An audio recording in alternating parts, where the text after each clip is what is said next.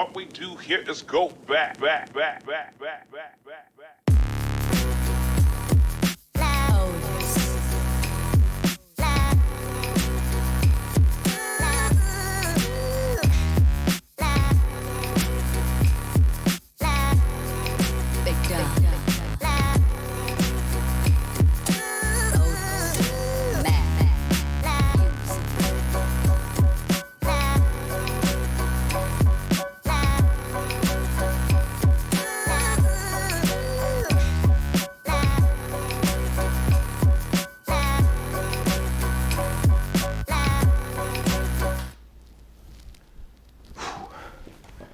Good evening, everybody.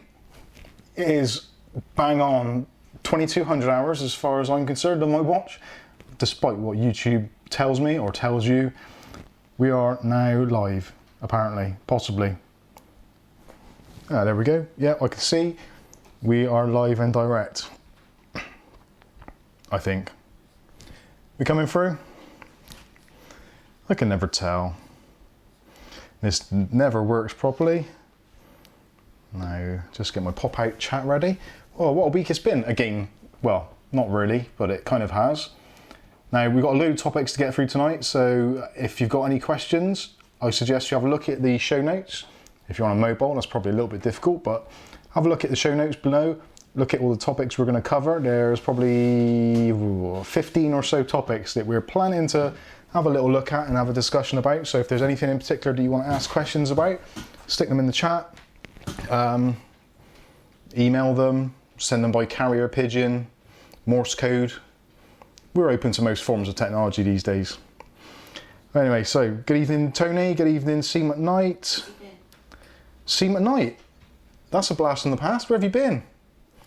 We've missed you, genuinely. We were actually worried about you. We thought you may have. Get off the keyboard. Anyway, who else we got? Paul Donaldson. Good evening to you. Yeah, looks like we've got some of the old crew back in here, so that's pretty awesome. So, this week, now, the videos that we've done this week, just as a recap, for those of you that haven't either subscribed or haven't watched the videos I've done this week, so far we've done how to toggle your text, which was one of those kind of how-to videos, and we've probably all been there before, once or twice. We've typed in an absolute shed load of text, and you look up and it's like, oh, damn, I've done it all in caps. Or you haven't punctuated it right or whatever. But there's a nifty little shortcut you can do on your text. Select the whole lot, and I can't even remember what the keystroke was now. Can you remember what it was, Kath? Was it Shift and F3?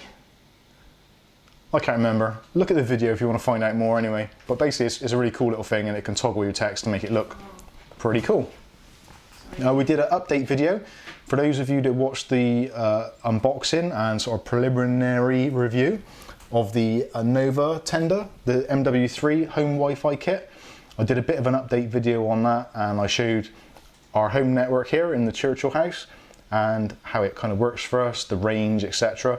And actually a few people did reply and say that they were really impressed with the range on the devices, which it was actually a really, really good range. I was surprised. I walked up to the end of the garden, which is the best part of 60, 70 foot, and the phone's still got a signal on the Wi-Fi, which is awesome. Because generally, beforehand, we would sit in the garden, literally just outside the door, and you'd be there with your phone kind of, oh, I haven't got a signal. You'd miss out all sorts of things like notifications and that, and it was a real pain in the butthole. Anyway, so we did that. We also did another update on the Fitbit synchronization, which is still a massive, massive pain in the butt sack. Butt sack? That's a cross, that's a new thing. The butt sack. No, I can't even think how that would work. Anyway, for those of you who are still having problems with your Fitbit synchronizing, setting up and what have you, there's an entire playlist which I've created now, so it should cover pretty much all the bases possible. And possibly at some point Kath may put a link in the chat or something. So if you have got a Fitbit and you want to check it out, have a look. You'll get it sorted. The Fitbit Sync Fix. Words is hard for me tonight, ladies and gentlemen. I apologise if the shoe notes were in there, but Maisie deleted them. Oh, Kath just says she apologises profusely if the show notes weren't as they should have been.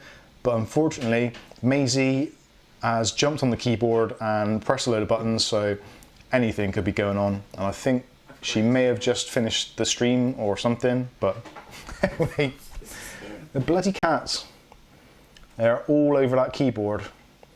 Like, no, actually no, I'm not going to say that, because this is a PG show. We're not going to be using any bad language, which actually is a big thing at the moment on YouTube for creators. Profanity, is it acceptable in a YouTube video?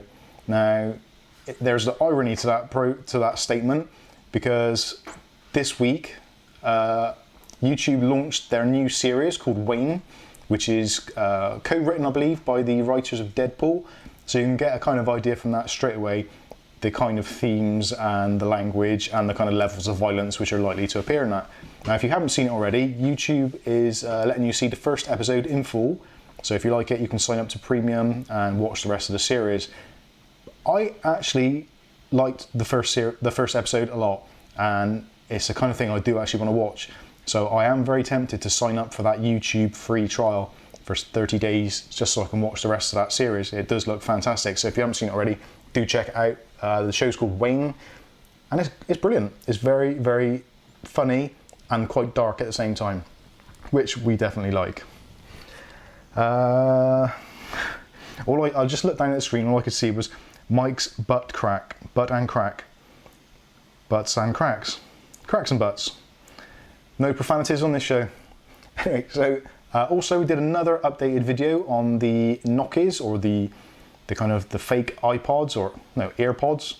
Did another update video on those for people that are having problems with charging, and some practical methods to actually get them working again, which actually was relevant to a lot of other electrical devices.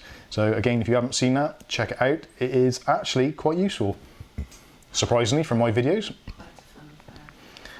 A couple more people in. We've got Funfire, Yo to You, and Hi Ross, 80s horror fan. He's in the house. And 80s horror fan, I actually did notice you have a YouTube channel, but you haven't uploaded any videos for a while. You really should do that. Get on top of it. So, and also, if you want to know what Ross looks like, you can check out his channel and check him out. What else did we do? So this week, one of the biggest ones that we did was the whole G-Sync thing. So G-Sync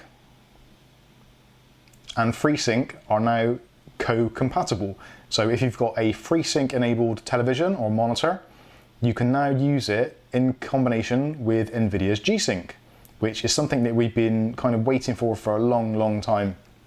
Now, at the moment, well, I say at the moment, there's a bone of contention here. Currently, it only works for NVIDIA 10 and 20 series graphics cards. Now, there's a lot of people who are really miffed because they've got 980 Ti's, 970s, the kind of cards which actually would really, really strongly benefit from FreeSync and G-Sync working together. But from what I can tell, now I am not an expert and I do not profess to be one, but from my research, it would seem that the older generation cards which did support G-Sync will not support FreeSync due to the cards not having hardware support for variable rate refresh. So for some of you, possibly with older cards, FreeSync ain't gonna happen, I'm afraid, my friends. Now I am gonna test this. I've got a GTX970. I've got a FreeSync monitor. So as the drivers mature, I will be doing some testing on there. So if it does become available, or there is a way to kind of fudge it to make it work, you can guarantee I'm going to be covering it. And also probably every other tech YouTuber on the planet. Oh, Kath says I got to say hi to Josh. Hi Josh Wells. What is up, my friend? Now I need to make my pop-out chat pop out, because it's really difficult to actually read it when it's off the side of the screen. Now, again this week, every week when I'm setting up this live stream, my ideal goal is to have another monitor on the desk here, 24-inch monitor, something like that. Get rid of this thing, get it out of there, because it gets on my nerves, and be able to control it. Have another monitor connected up to the PC behind me. So at the moment, just out of camera, which you can't see, is my OBS, so I can see what's going on. But it'd be really nice to have my screen of this, what I can see in front of me here, and control the whole thing seamlessly. But every week I think to myself, right, all I need to do is buy a DisplayPort to HDMI cable. A really simple thing. They're like £6 on Amazon. I keep on forgetting. So today I've ordered the cable, so next week hopefully things will be a little bit easier to do. Possibly. Normally these things don't work out for me, but hey, what the heck, let's give it a go. You never know, it might work out. Josh's Freesync is a bit like... Okay. So, oh, where's my chat gone now? I swear this laptop has got a mind of its own. It's a Surface, I've just been corrected. Thank you, Kath. Oh, where is the chat gone? Right, done. Yes, I don't want that. Okay. So, right, we'll get on to some questions about FreeSync in a minute. So what else we're going to be talking about this week? The Radeon 7 and the alleged only 5,000 units available, which that story was completely insane. I don't even know how that came about. It's such a bizarre story. Realistically, there's obviously going to be more than 5,000 units available. Most distributors are probably going to have 5,000 units in their warehouse. So to say AMD have only got 5,000 units is a little bit of a misleading thing. Whether or not they're trying to drum up some kind of panic buying for these Radeon 7s, who knows? But that's a crazy story, so we're going to look at that a little bit later. The Grand Tour. Now, who of you at the moment in the chat or watching this after like watching the Grand Tour? Jeremy Clarkson, James May, and the Hamster. Now, me personally, although I'm into PCs and stuff, I am a petrol head as well at the heart of it. Although technically I'm a diesel head at the moment, but you get the drift. Oh, drift. Yeah, anyway. So, who is really stoked and looking forward to watching the Grand Tour? Now, I think it actually released today in the UK. I'm not sure about globally, but today, the Grand Tour, the first episode of Series 3 is live. So, me and Mrs. Mikesunboxing are definitely going to be catching up on that. But you don't have to do that. You can get the Grand Tour game on your PlayStation or your Xbox One. For some ungodly reason, not available on PC. It's like, hello, it's 2019. It works on Xbox and PS4, which are essentially designed on the same stuff that's inside a PC. Why have we not got it on PC? Why? I don't get it. So for a pretty reasonable price, I think anywhere between sort of 13 to 20 pounds, depending where you buy it from. If you buy it off Amazon, there's certain deals and discounts you can get. But you can get the Grand Tour, the game, which essentially includes the Grand Tour Series 3, all of the episodes, because the game gets updated every week. So whenever there's a new episode released of the TV version or the streaming version, all of the locations and all of the cars that are actually in the episode, you can then go and drive yourself in the game. How cool is that? Who has not wanted to drive around the Ebola Dome? I just can't wait. But I refuse to get my Xbox One out of retirement just to play that one game. So please, please, please, please, please, Amazon, if you're listening, or Amazon Games, please, please, can we have it on PC? Or at least have it so that the Xbox One version is cross-compatible with Windows 10 and Xbox. It's not too much to ask, surely. It's 2019, come on. Let me at it. Ah, dear. Anyway, the Grand Tour, what? I've missed that. I genuinely have missed it. I have had like withdrawal symptoms. A lot of people slated it when it first came out because of them selling out to Amazon and all that kind of stuff. But I think with the production values and the whole team and the way they shoot their stuff, it's entertaining, it's fun, and because it's not on terrestrial TV, they can get away with saying a few things that they probably couldn't in the UK normally. So for me, it's great because they're pushing the boundaries. Really enjoyable. Really enjoyable. I do enjoy it a great deal. Yeah, so Grand Tour. Now, moving to something completely different, we've been told today that in June, hopefully, fingers crossed, there will be a new AMD chipset for the upcoming Ryzen 3000 processors and potentially APUs, the X570 chipset. With it, PCI Express version 4. Which, from what we can tell at the moment, is going to be backwards compatible, motherboard-wise. In some cases, with the older versions, such as the X470 and possibly even the X370.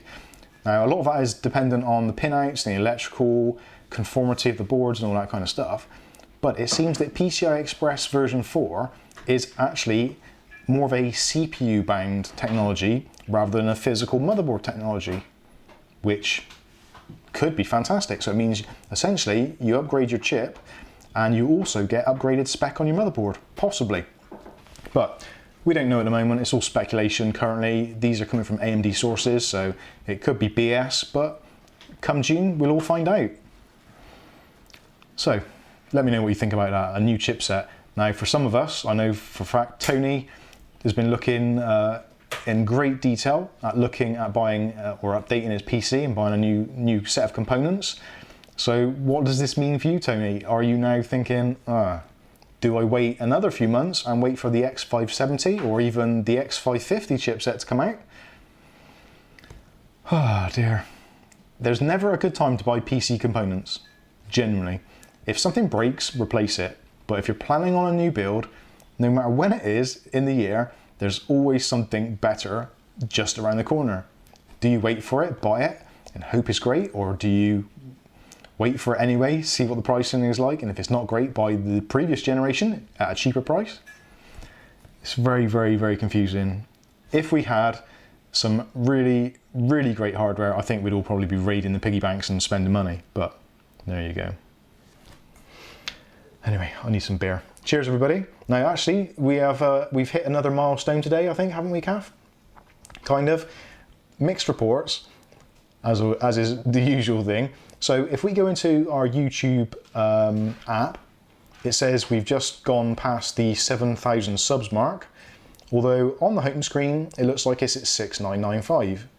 So we were aiming to get 6,000 by the 21st of January.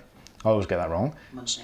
So for this Monday, our aim back a couple of years ago when we started this was to have 6,000 subscribers, which at the time we thought was absolutely ludicrous, never going to happen. And it was just like, oh, let's just pick a number out of the air and see what happens. But in the first year, excuse me,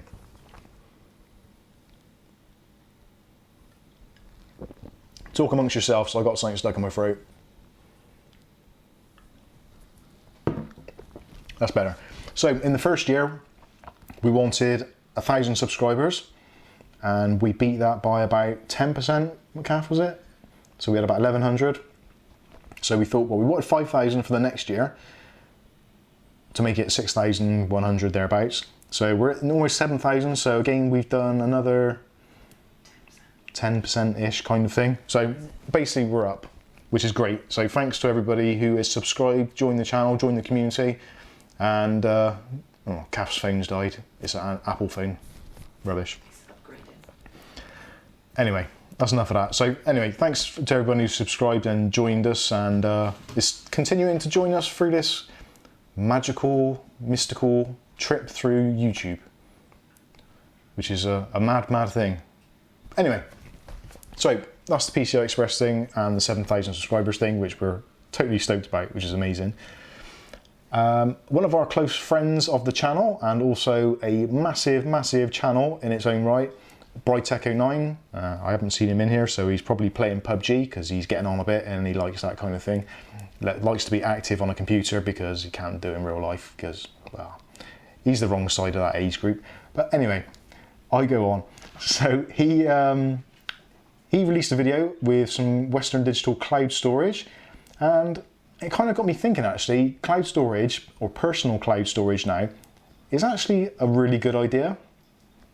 Now, if you pay for any cloud storage, you'll probably know how expensive it is, and it isn't cheap.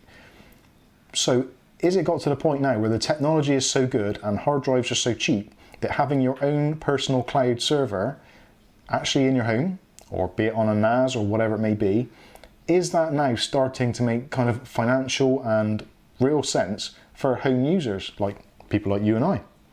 I personally think it is. I think it's got to a point now where you can quite happily go out and buy a 4 terabyte or 8 terabyte drive, leave it plugged in on your network. Most networks now are stable enough and fast enough to make use of it, and it's nice to have your data backed up somewhere. And if you haven't backed up your data, then seriously, you're mad. You should definitely do it. And not only on a home server, back it up somewhere else in the cloud, which is a good thing for these Western Digital drives. Anyway, that's enough of that. I just wanted to know what your thoughts were on cloud storage and how it's come on. We kind of got it baked into Windows 10 with the OneDrive, and I suppose with Windows 7 as well. How many of you are still using OneDrive? Do you actually make use of it? Is it something you rely on to back up your data rather than having a physical medium somewhere? Again, interested to know what you are all doing for backups. What was I going to say? Completely lost it. Now, I was going to discuss about CES 2019, but I think that's probably had so much airtime and stuff these days, it's not really worth me going over it in any detail. Again, there's been a few good things to come out. Nothing has really blown me away, if I'm completely honest. The best thing, in my opinion, to come out of the CES 2019 and this whole kind of time span in tech has been the FreeSync on G-Sync thing. I think probably for a lot of people, that is what people have been most excited about. The RTX2060 arguably has been probably the next, or maybe the top thing. The 2060 actually, at the moment in the UK, for about £300, or 329 from Scan, actually does make a really compelling choice for anybody buying that kind of mid-range or mid to high range card. Whether or not the RTX makes sense still because of its limited availability in games, maybe not. But for £300, actually a fantastic card.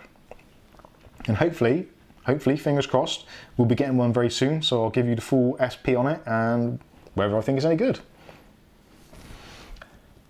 So actually that leads me on to the NVidia RTX2060 pricing. Now I just mentioned then in the UK £329, so that equates to probably about $350.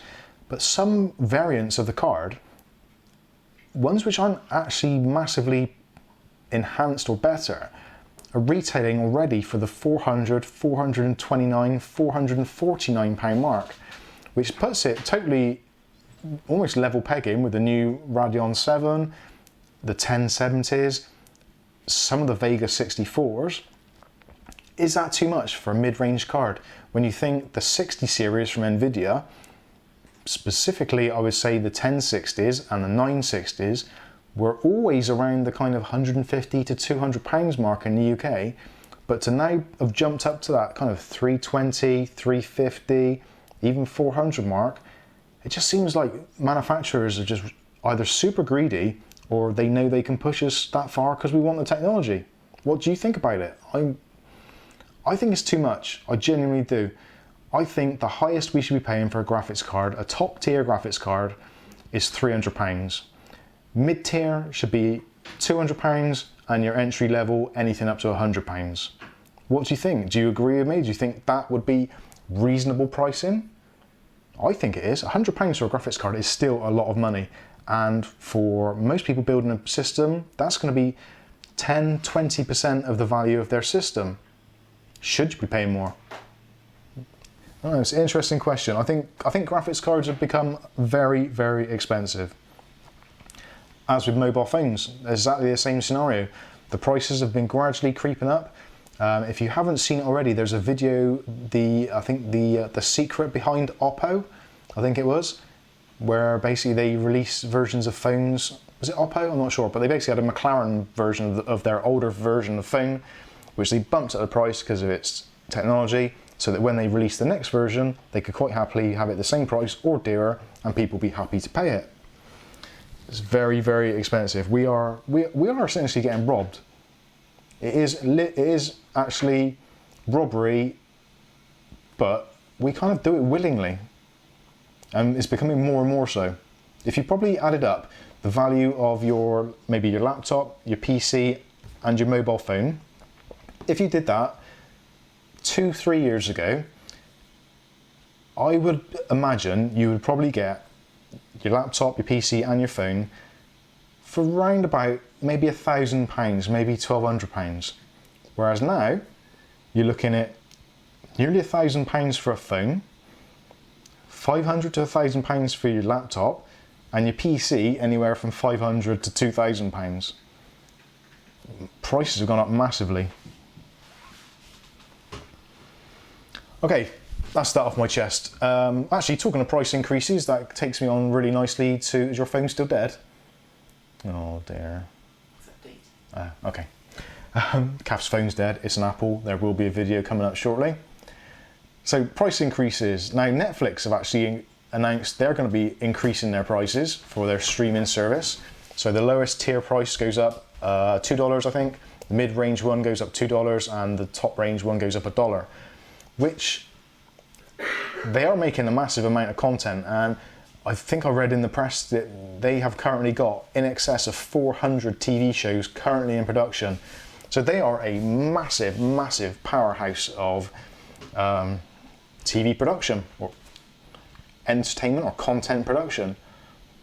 Do you think Netflix is worth the money?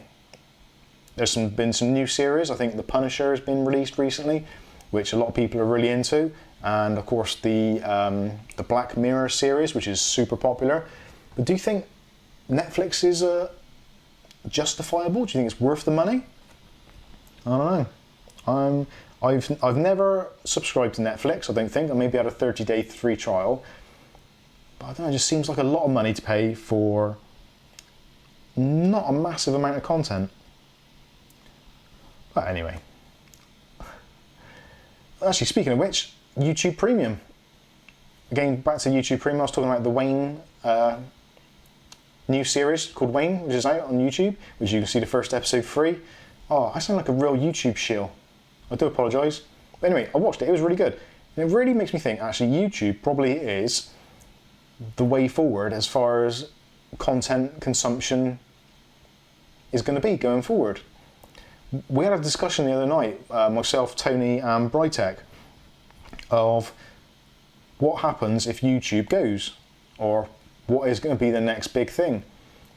And it used to be that there was a cycle, so that things like MySpace and AOL, all those types of things, they had their lifespan and something better came along and replaced it. But we're not seeing that with the likes of Facebook, YouTube, Netflix. What other streaming services are there? I'm trying to think. That's probably the main three that I can think of. But there doesn't seem to be anything else coming up to actually replace them. I don't know if you've got any other services you know of which are gaining traction or are massive. Let us know in the comments, because I'd be really interested to know. Because I must admit, I'm actually relatively shielded or sheltered from it all, because I spend a lot of time kind of engrossed into YouTube and its whole ecosystem, and most of my content I consume is from YouTube. Very little do I take any interest in terrestrial TV. That's kind of had its day. Google feeds me with all my news, essentially, my email, and also my content via YouTube. So, and I don't think I'm unusual in that fact. I think a lot of people do kind of live in this ecosystem. I don't know. Let me know. I want to know what you guys think. I think that really is. Oh,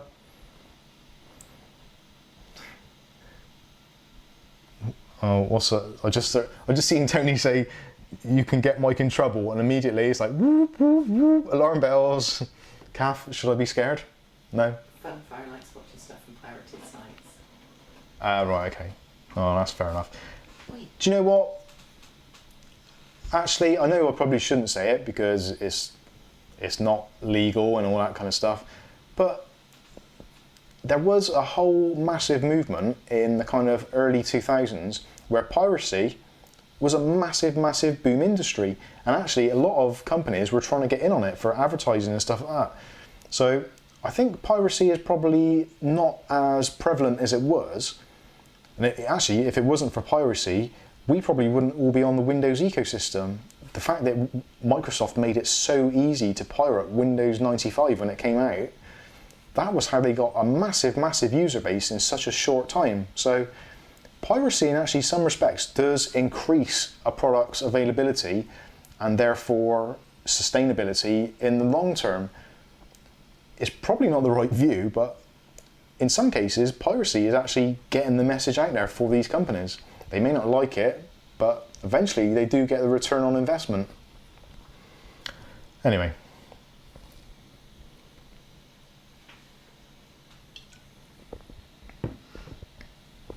So going back to graphics cards, we're going to crisscross out of these things, and then I'm going to have a look at the stuff in the chat, and we'll go through some of that stuff. GTX1660 Ti, so basically the TU116 RTX core with the RTX cores disabled, or potentially not actually on the die.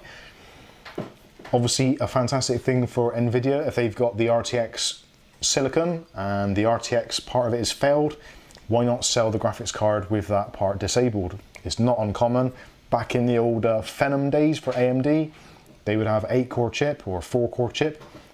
If one of the dies or one of the cores wasn't very good, they would just disable that and sell it as a 3-core, a dual core, whatever. And probably some of you maybe remember getting an old AMD Phenom CPU, sticking it in your board, unlocking the additional cores, and basically taking a risk with it and seeing if it would be stable enough. There was a lot of people, especially I think it was the X2 550, was brilliant. You could unlock the extra 2 cores on there, and it was amazing. And it basically doubled, well, you saved yourself 50% on the cost of the chip, of a quad-core chip. I think, what did I have? I think I had an X3 450, which unlocked to a 640 or something with the extra cores. So it does make total sense. Whether or not we'll see it early this year, I think probably not. I would say, again, May, June looks like NVIDIA's probably time to pounce with AMD releasing all their stuff. They need something to kind of claw back some of that revenue that people would otherwise spend, so that's probably a good time.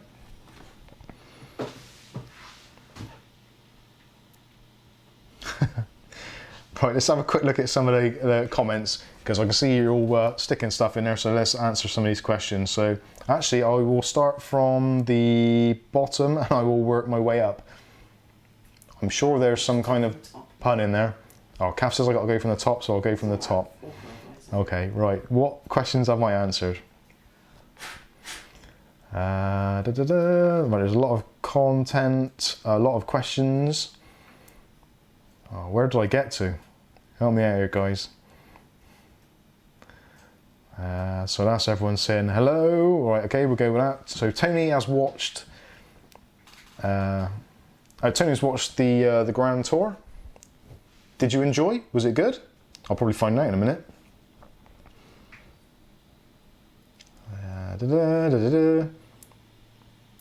Seam at Night says the Grand Tour seemed to be the same old, same old. Okay, but is that a bad thing? I personally, I don't think it's better than the Top Gear format, if I'm brutally honest. I think the format from Top Gear was possibly the best it could have been at certain times. It was, they had their sensible section, their news section, and their kind of doing daft stuff section, and it did work really well. They've kind of copied it a little bit with the Grand Tour. I personally would like to see more of those like Christmas specials, like when they went to Antarctica and Africa and all those kinds of things. Those were fantastic. I really, really enjoyed those kind of things where the three of them would pit each other against each other and convert a car. My personal favourite, I think, was the Africa one where they had the BMW estate, the Subaru and the Volvo. For me, that was fantastic. I really, really did enjoy that. So same old, same old. I suppose if it's not broken, why fix it? They're making a lot of money. Amazon are generating a lot of money and they're getting a lot of viewers. So maybe it's safer at the moment to stick with that until something else which is actually much better comes along. Did you... Funfire says most likely the Xbox devs are making it, so that'd be for the game. Yeah, I'm actually really disappointed. If the Grand Tour game is available today on PC, I would actually spend hard-earned money on it. Well, my money on it. I love driving games. I love Top Gear and the Grand Tour.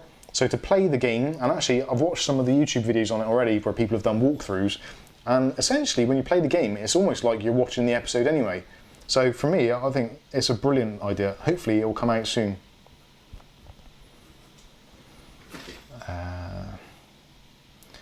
Okay, so we've got some FreeSync.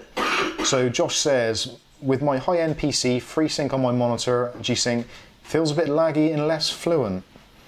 Now that's interesting you should say that. There is a lot of, I've actually had loads of questions on the video as well, where people are saying like, what settings have you used or whatever. Now, to some of you this is probably completely boring, but I'm going to go through it anyway.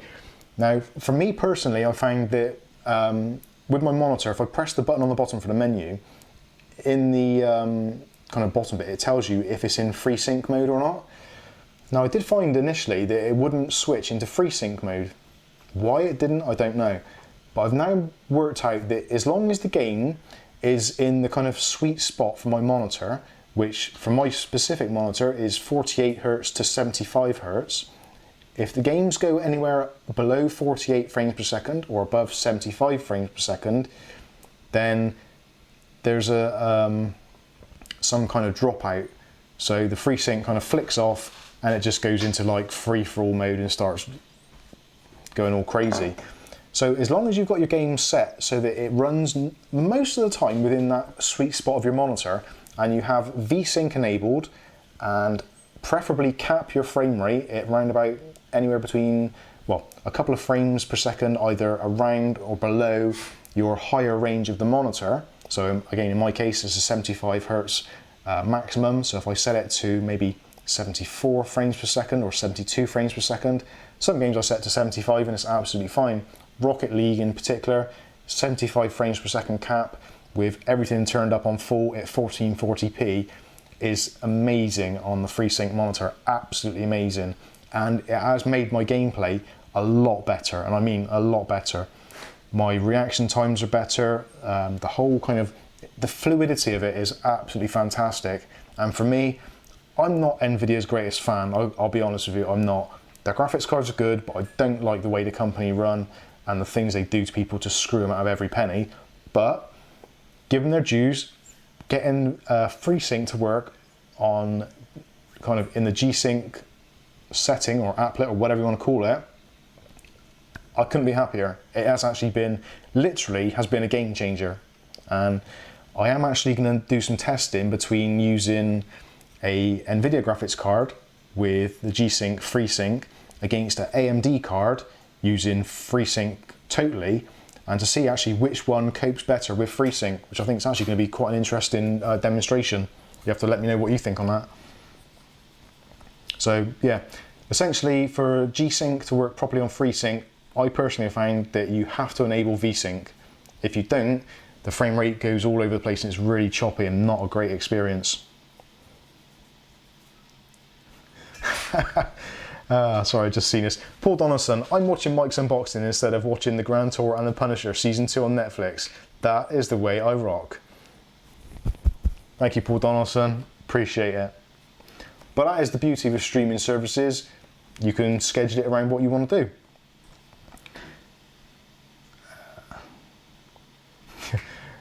Going back to my previous statement about the chipset news, Welsh Tony One's unboxing reviews and guides, this chipset news couldn't have come at a worse time for me.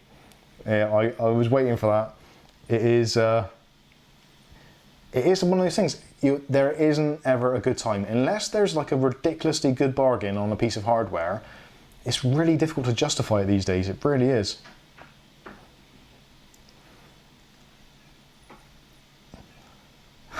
Funfire, oh, I see your comment now. I watched pirated Grand Tour. You're a very bad man. There is actually an easier way. If you just go onto YouTube and look at people's videos for the Grand Tour game, the walkthroughs, essentially you get to watch the episode anyway, and the gameplay in between the episodes, so it's a win-win situation if you're into games and you're into the Grand Tour.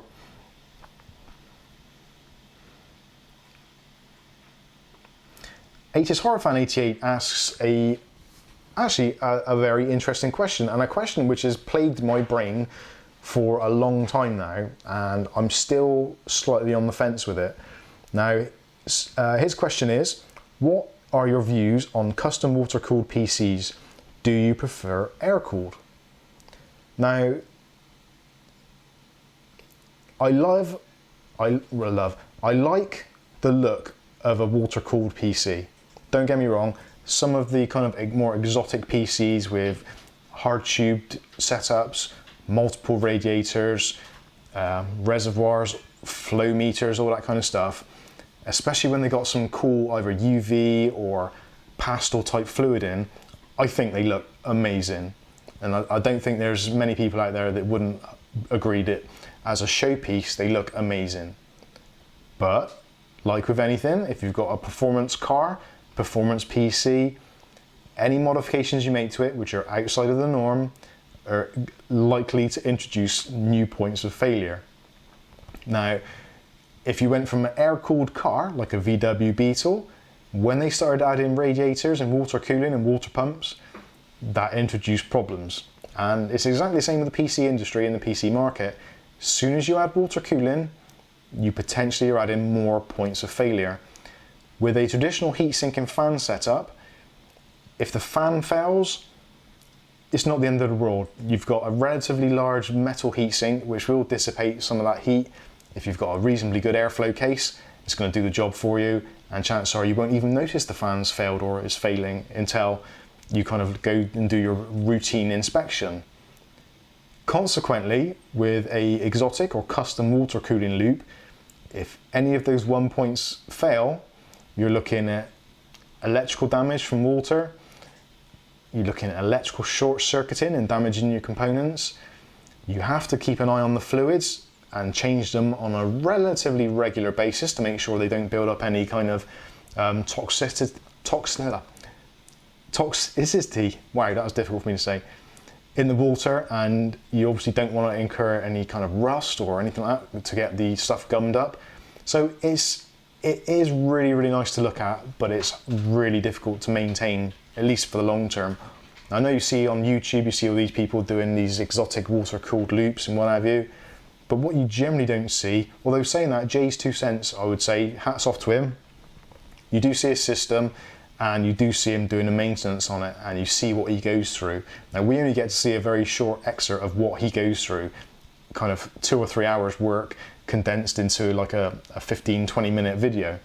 So if you've got the time, if you've got the money, and you don't mind getting your hands dirty, totally get a water cooled loop, make the most of it, enjoy it, and it will look fantastic. But for me, I would argue that air cooling actually does have its benefits. It's easy to look after, and it just works. And it costs less, which is always a good thing on Mikesunboxing, because we like to save money, don't we? Right? We like saving money, don't like throwing money away. Throwing money away is mental. Hopefully that answers your question. Seema Knight in 1984 has just bought an ASRock B450 Pro M. That's a pretty tasty board. Now actually, I get a lot of questions. We did a couple of videos on the BIOS updates for the B350 ASRock and the MSI board for the Ryzen 2200G chips. And I still get questions now, will the B450 work with a 2000 series chip, 2600, 2200G? Yeah, and yes, it will. Most of those have got the BIOS baked in. They were essentially designed for the 2000 series Ryzen, so no problems whatsoever. And actually, I think if I was to buy another board now, especially with the new chips coming out, I think the 450 would probably be the way I would go. The 470 still, like, I've got a 370 in there, X370, and it is overkill. It was nice because it was cheap and I got it for like £50 less than what it should have been, but I didn't really need it. I could have got away with a much cheaper board. So I think the 450 is the B450 is actually probably the sweet spot for most people, I think. And again, why spend money on something which isn't actually going to give you more frames per second or more speed? Now, arguably, there's probably a few percentage points in it, but the reality is, spend the money on a CPU, spend the money on a GPU, spend the money on RAM, maybe hard drives, but cases and motherboards, is there any point? And I think actually Linus's videos on the PCs from the kind of the OEMs and vendors actually proved a pretty good point that a lot of those PCs actually had kind of, almost, well, not custom, but lower end boards. But the PC still performed within spec of what the processor was supposed to do. So if you can save money on a graphics card, or if you can save money on a motherboard, why not? Anyway, that's enough of that. So what else we got? Josh Wells just went all out on his GTX1080 Ti i7-87K and 16 gigs of DDR4. And now he is rocking. Intel better than AMD. You can't say things like that in here. You're asking for trouble, my friend. If you can afford it at the time. Yeah, that is the caveat, I think, on that.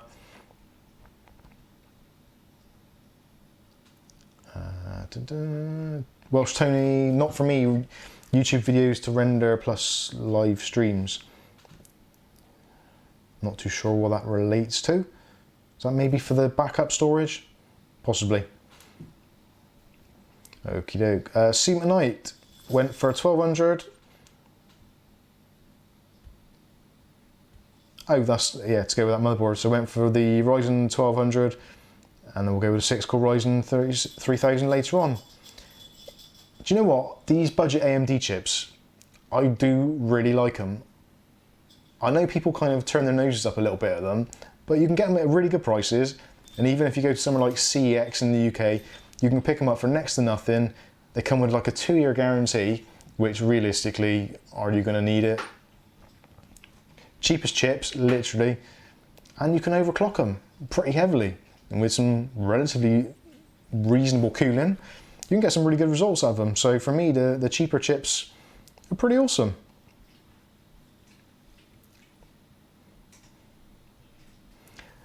Tony, Welsh Tony 1 says, DIY NAS is a better cloud storage, but the video that Brightech09 did is a nice cheap solution. I suppose, yeah, a DIY NAS is possibly the better option, especially if you've got stuff lying around. You might as well make use of it. It really makes sense. If you've got kit hanging around, recycle it. Funfire, I'm planning to buy a hard drive. Can you recommend me one? Well, that is a little bit open-ended. It depends what you want to do with it, whether it's going to be your boot drive, your storage drive, what PC you've got. Do you want to go M.2, NVMe? What's your budget? But no doubt by now someone's probably already answered that.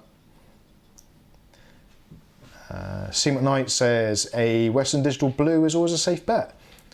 Definitely is. Avoid Western Digital Green. Those drives are very low powered, and the reason they're cheap is because they're low powered, and because they're low powered, they're not stupendously fast. So yeah, Western Digital Greens for me are a definite no.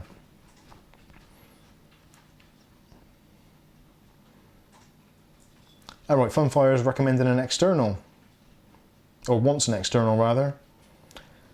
Wow, external drives. Now there's always been that thing that Western Digital and Seagate, and in some cases kind of IBM, Hitachi, all that kind of stuff, they've all had failure rates, and some of them good, some of them not so good. The old IBM drives were known as Death Stars, the old IBM Desk Star, because they died on a very, very regular basis. Funfire's asked, actually, what about the Silicon Power ones? Well, that is actually relevant because CAF's computer has got a Silicon Power A60 Armor Edition, which she uses as her kind of D drive for all the video stuff. So if the PC ever goes bonkers, we can just unplug the drive, plug it into another computer, and she can carry on making her videos and all her stuff safe. For me, on the PC behind me, oh, this is going to end in tears.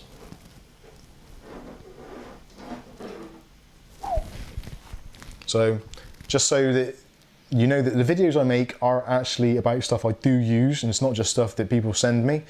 This is the Silicon Power, I think that's the A40, I want to say. Can't see actually what the thing says on there. But that had a Western Digital drive in it, and that is on there as my Steam and games library. So I use that for doing benchmarking and testing, so I can easily transfer that from PC to PC. It's actually really quick as well, considering it's on USB 3 and it's only a laptop style drive. It genuinely is fast, and it only costs £30. So, maybe that answers your question, maybe it don't, I don't know. Paul Donaldson asked an interesting question. Would you go for a Pixel 3 or Samsung S9? Truthfully, I would go for neither, because I think they're both massively overpriced. In the used market, possibly I would, but for a brand new one, no. As much as I like getting robbed, I wouldn't. If it was on a contract and I was getting one for free, or I had to pay £100 for it or something towards the contract price, then that would probably be a different matter, and I would arguably go with the Pixel 3. The Samsung S9 is probably actually the better phone, but I don't know why, I just don't like Samsung software and the way that you can't uninstall some of the stuff. You probably can if you root it and go through all that stuff, but at least with the Pixel 3, it's got the Google One experience. It's pretty much as blank a canvas as you could want, so you can make it your own. You can do what you want with it rather than what Samsung have been paid by some other company to install apps on, or to be kind of entrenched in Samsung Photo Viewer, Samsung Browser, all that kind of stuff. It's not easy to uninstall, it's a pain in the butt, and I prefer to be able to do what I want to do. So, hopefully that answers your question. Welsh Tony says a Pixel 3, and he's a Samsung user. Funfire's waiting for the S12. It won't be long. Manufacturer's Robus from Mizigun. Good evening, Mizigun. I've not seen you in the chat before, so well, if you're still here, welcome. What else we got? So,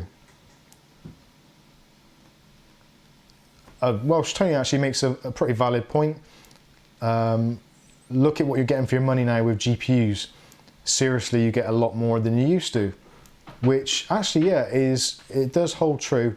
I would say probably not so much with the brand new stuff. The used market at the moment is amazing. It genuinely is. So you've got the two kind of, well, maybe three top players, I would say, in the used market, which in my opinion, now feel free to differ with me because that is what this is all about, it's a discussion. But for me, actually I'll go with four cards, I think. So the GTX970 and the GTX980, both very powerful cards. Obviously 1080p for the 970 and 1440p for the 980.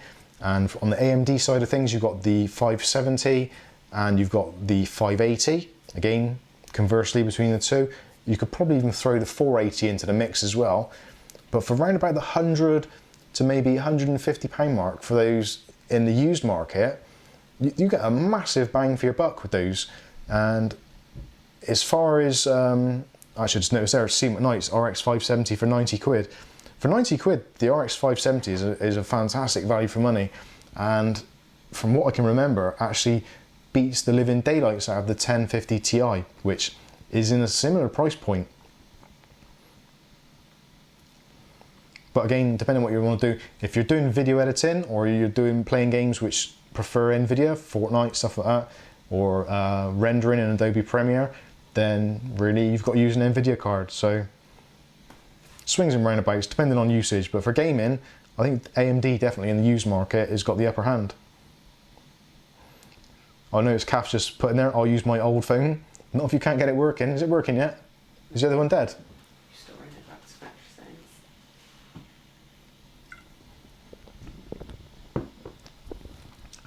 I think my charging port was broken. Right, Josh Wells says, I love Netflix. I've got to be honest with you, I am actually tempted to try Netflix again. If there's one of those free trials coming around, I might give it a go. Just so I can watch the Black Mirror and, oh, what's that thing where, with the, is it Bird Box? With Sandra Bullock, where she's got a blindfold? That actually looks interesting to me. I quite like the look of that.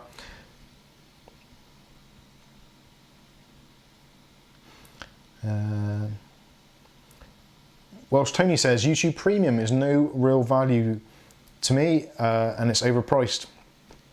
I think that is the problem, because like your Netflix and your kind of Hulu and all those other type of services kind of set the bar of where pricing is and people have gone with it. It's kind of made everyone else fall in with it. I would argue that YouTube Premium, if they offered it, it may be £5 a month or $5 a month. I think they would have a massive intake, because a lot of people get really pissed off with adverts. I do, I hate it. Almost every video, and again, I do apologise to those of you that watch my videos and are bombarded by adverts at the start and the end, but at the end of the day, I do have to find some way of monetising what I do, so kind of bear with it. But I do get frustrated with ads, I genuinely do. And if I thought I could pay maybe, well, between £3 to £5 a month, and I wouldn't have adverts on YouTube, I think I would definitely be, well, I would strongly consider it for that kind of money. I don't know, what do you think, as YouTube viewers, what would you think is a price that you would pay to remove adverts from videos and to not be constantly bombarded by it? And I mean completely, so no intro adverts, no in-between video adverts, no pop-ups. What do you think would be a fair price for the content you're consuming? What do you think the price would be to have that with no video, with no adverts? I would say somewhere between £3 to £5 personally. For that for me would make sense. Like £30 to £40 for a year. Yeah, I could do that. And I think I'd probably save that amount of money in time wasted watching adverts.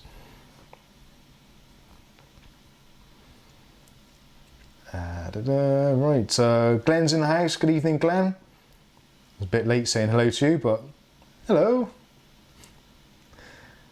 £24 a year is a great price, Tony says. Yeah, I think that's what it is. If you had to pay a couple of pounds a month, it would be a lot more kind of palatable. You could cope with it. But at the moment, you've got everything spread out on all these different platforms. So you've got Amazon Prime, you've got your Netflix, you've got your YouTube Premium. What else is there, Cav? Well, basically there's a few. So even if Now TV in the UK, and I imagine there's an American counterpart for that as well. So if you say each one of those is maybe, well, £10 a month for argument's sake, that's £40 a month. That is £480 a year just for content. That seems like a lot of money to get a wide spectrum of viewing. And if you only watch a few of the programs, I think I would prefer a pay-per-view system. Literally pay-per-view. So if you want to watch a particular program, 25p, 50p, small chicken feed money, but then people would pay it, and piracy would be a thing of the past, because it's like, well, I can't be arsed to go onto the Pirate Bay and download some torrent which may be full of viruses for the sake of 50p. What do you think? Do you think that's a good idea? Do you think it could work?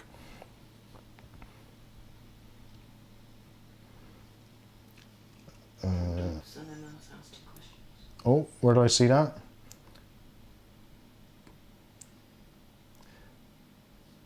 Oh, I missed the question. It's about 24 quid was a good price. Oh, I've missed it. I'm all over the place today. Oh, Christ, there's loads of stuff. You lot have been talking a lot. So, oh, there we are. Paul Donaldson, Emma has asked 2 questions. Hello, Emma, by the way. And Peanut. Did you get the Batman lamp for Christmas? And what have you been painting with the brush? Now, the brush actually is a very, very useful thing. So when I'm doing PC builds or repairs or whatever it is, this brush is fantastic for getting dust out of fans. And for things like those Nokia's headphones, when you've got the dust inside, you just flip the lid, get the brush in there, give it a little bit of agitation, gets rid of the dust and grime. I haven't painted anything with this for a long time. Actually, the greenness on there is from when I painted the fences in the garden probably 3 years ago now, 2 years at least. 2 or 3. Yeah, maybe 3 years. So yeah, it hasn't actually seen paint in a long time. This is my PC cleaning brush, and also it's good for keyboards. Just give it a little flick, and it gets all of CAF's fag ash out of my keyboard. So that's why I keep it handy. And also, it's quite an interesting thing to have there. The Batman light.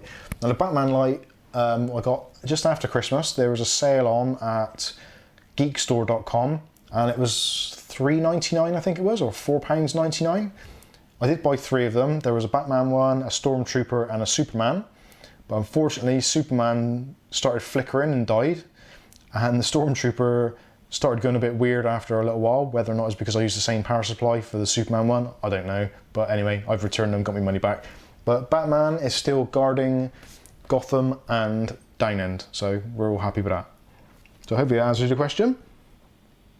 I'll see if Em was still with us, because that was probably asked ages ago. Josh Wells played another game with G-Sync and FreeSync and it still feels laggy.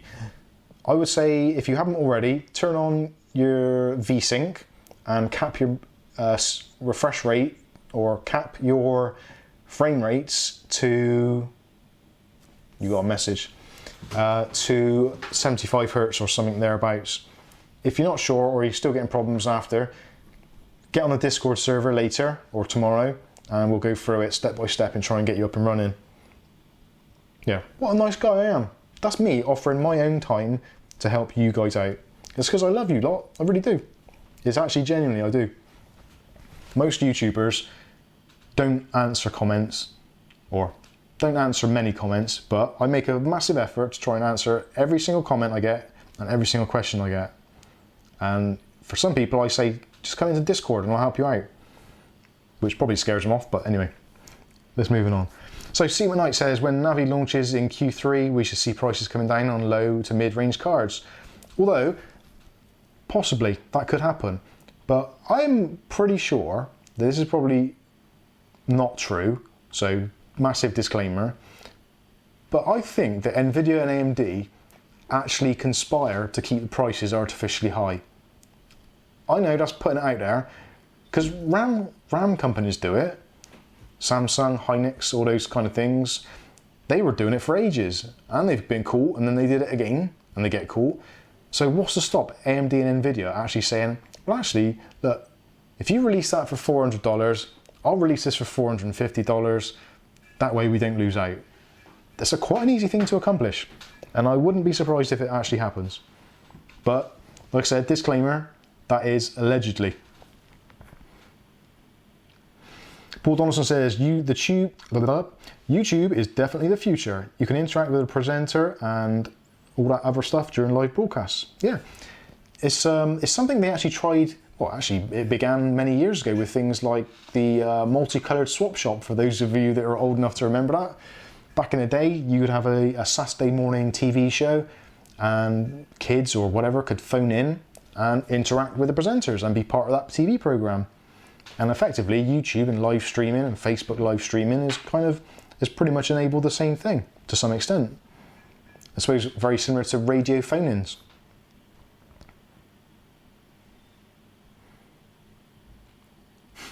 I think Tony has just said, what questions haven't I answered all of them? If you have, thank you very much, Tony.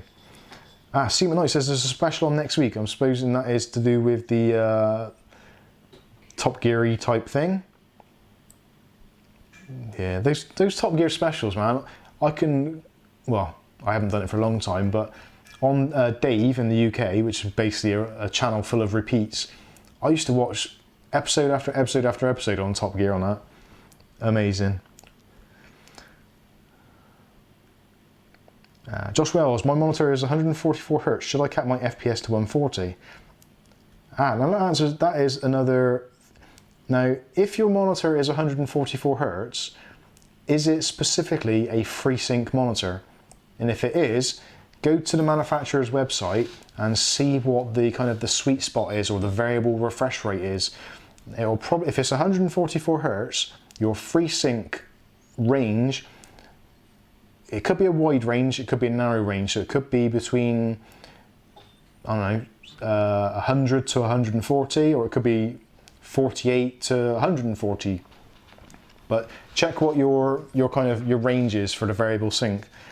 If you've got a 144 Hz monitor, to be brutally honest, G-Sync and FreeSync are probably not for you, because you've got a ridiculously fast monitor which can take up to 144 frames per second. As long as your graphics card can pump out that sustained level, then that's fantastic. But if not, then you probably don't need a 144 Hz monitor. Again, depends on the game and the setup, but we can, like I said, if you want to discuss more of it in the Discord, more than welcome to do so. Super Night Africa with Oliver was my favourite. Yeah, that was actually really good. Oliver was a great car. He actually bought that car off the program after. Freesync with Radeon Chill should give you what you want frame rise. Yeah, I'm not sure if you have to disable Radeon Chill thinking about it, because Radeon Chill lowers the graphics card to its lowest possible state, so that may actually take the graphics card into such a low state that it drops below that sweet spot for the FreeSync. Again, everyone's mileage is varying on this FreeSync thing. There is not at the moment a kind of one setting fits all. It is, well, it's a new technology. The driver 417.71 was only released, what, 2-3 days ago, so there are going to be bugs to be ironed out. There are going to be monitors which are not fully supported, and NVIDIA have been pretty good, and they have said actually, look, we're giving you G-Sync compatible, but we're not going to guarantee it works in any way, shape or form. It's kind of suck it and see.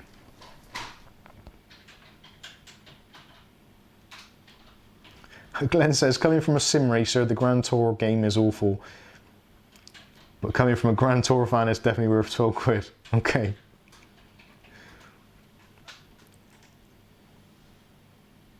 Josh says that's 2 deals in 2 weeks. Also got a 1080 Ti for 100 quid. Yeah, that is insane.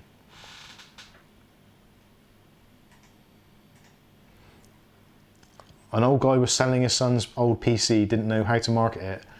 You absolute sod. You are gonna rot. That is karma gonna happen right there. But if you want to sell it to me for 150, I'll take it off your hands.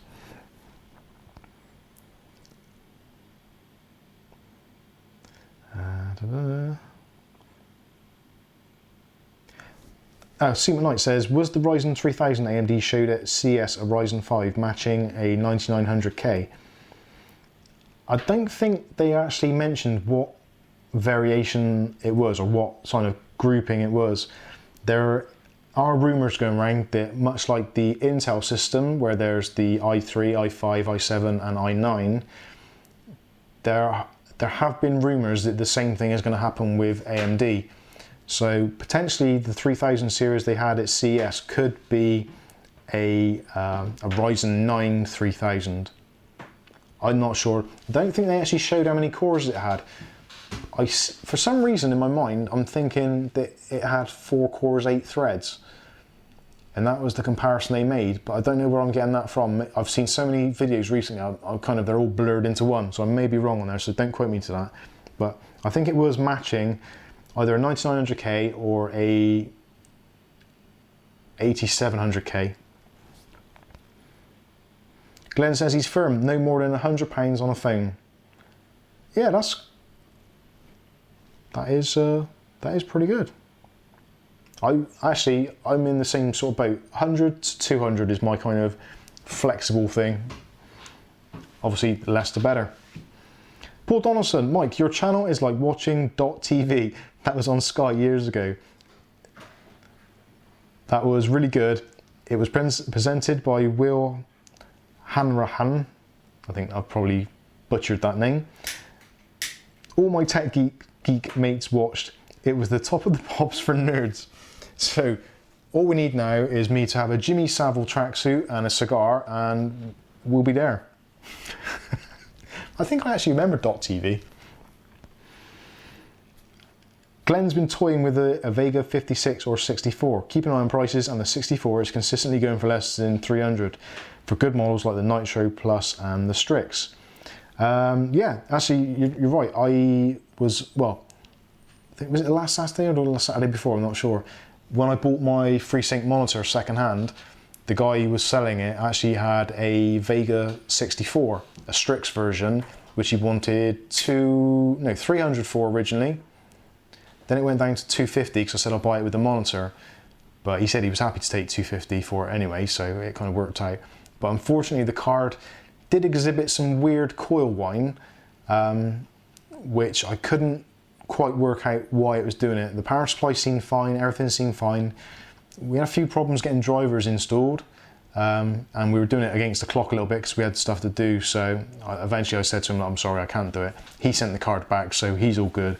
But it would have been nice to have had that Vega 64. Although, even in the very, very brief testing I did on it, the difference in heat output between the RX 580 and the GTX 1070, which are kind of similar power, but the Vega 64, the actual heat output was on another planet altogether. That thing was hot, like super hot.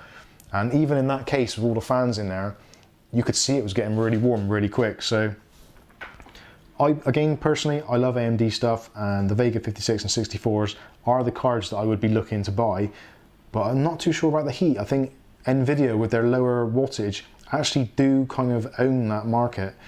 And with the new Vega 7 being still pretty power hungry and probably going to be quite warm, I think that's where AMD need to look next, at reducing the thermals. I think when they do that, I think they'll have a real winner.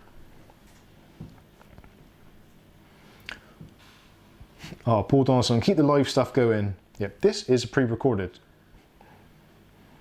I could do with a mic bot to take over. YouTube Premium is Google just paying back their fines. Yeah, that's probably there is a lot of that. I'm not too sure how they kind of segregate it, because I know the Alphabet company is broken down into Google, YouTube, and all the other kind of offshoots. I'm not sure how they kind of spread the costs around, whether or not Google pay their own fines or they take money from other pots. I guess they may well do.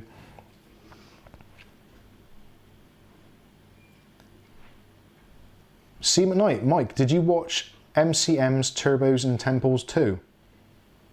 No. I'm not sure what that is actually. Maybe I'll have to look that up. Interesting. Oh wow, there's loads of questions still. Mike's got his tinfoil hat on with AMD and NVIDIA conspiring together. Yeah, maybe.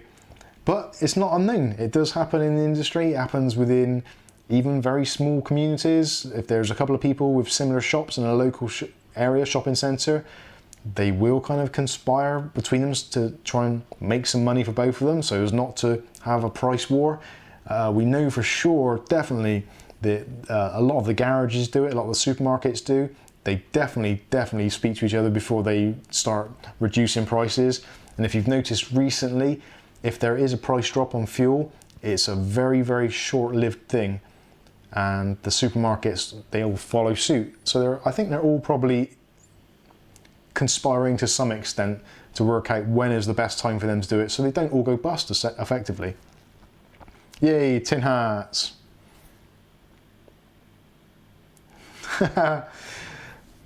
Tony said he's been gone almost 20 minutes and Mike still hasn't got to the point where I said I was AFK. I'm assuming you're back now. Mike needs a channel bot so we can do things like Discord, and the bot will post a link for the Discord.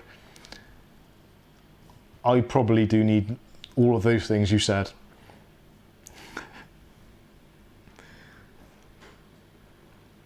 Super Knights come back, I think, with the 9900K thing, saying 8 core, 16 threads, like for like. Vega 64 is a 300 watt TDP, which actually is flipping mental. Is it not? Now,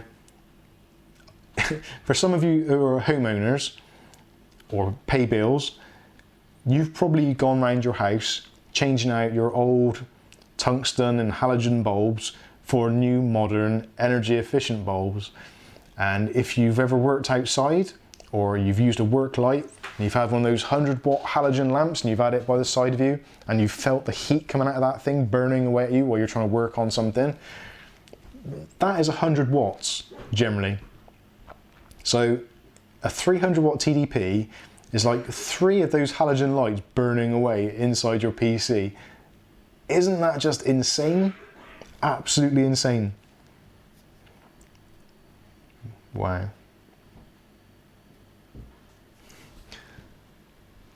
Super Knight says the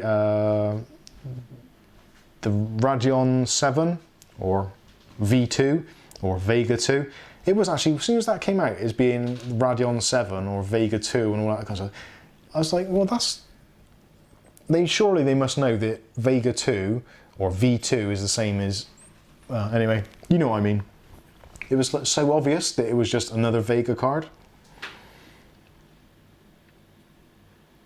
Supermarket fuel is more expensive than a local proper garage for fuel. It is getting expensive. Very expensive fuel. Actually, I went and got some diesel the other night and it was £1.35 a litre. How much are you guys paying? £1.35 a litre. In America, you'd get, that's almost a gallon for $1.50.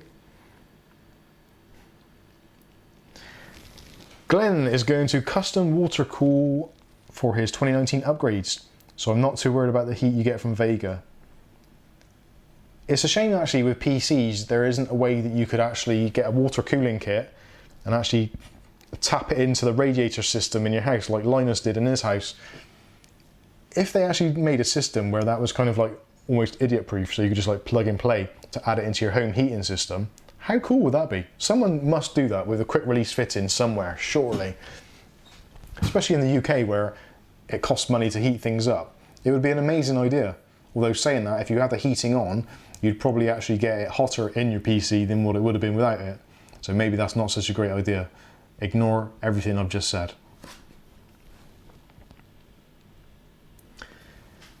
Well, I think that pretty much answers all the questions and anything else. If there's anything else, any other specific questions that anyone would like to raise, because we are pretty much at the end of tonight's unboxing live stream. Now again, actually just to reiterate, on a serious note, if you have got an NVIDIA card and you've been watching this stream and you're picking it up from whenever and you're getting problems with your VSync and your FreeSync and your G-Sync and all those kinds of things, in all seriousness, post a comment in the section below, or alternatively join us on the Discord server. Generally on there's myself, Tony, Brytech, See him at night if he's still alive now, various others. It's a really friendly group of people, a wealth of knowledge, so if you have got problems and you want to get some assistance or some advice, whatever, you are totally more than welcome to join us on the Discord server. We do have a text-based room. Also, on request, we'll get the microphones out, so if you're not keen on speaking to someone, you just want to text type, that's cool. If you don't like typing, you want to chat, that's totally cool as well. Whatever you want to do, it is totally cool with us. And also it's a good laugh and you can have a few beers and take the piss out of Brian. So that wraps it up. Thank you all so much. And this is, well, we probably will do another kind of 2-year anniversary show within the next couple of days. So again, thanks to all of you that have stuck with us for the last couple of years. And I know we're only at 7,000 subscribers, which isn't a lot, but in the tech industry or tech channels, and definitely being in the UK and being a slightly the wrong side of 40, for me is actually really impressive and is much more than I ever dreamed would happen. So again, thank you all. You are fantastic. Love you all. Miss you all. We'll see you all again next Friday. Thank you so much for watching. See you later. This is why I need a screen so I can just turn around and type, because this is awkward. Are you feeling this awkwardness now? And I still can't see what it says because it's too far away.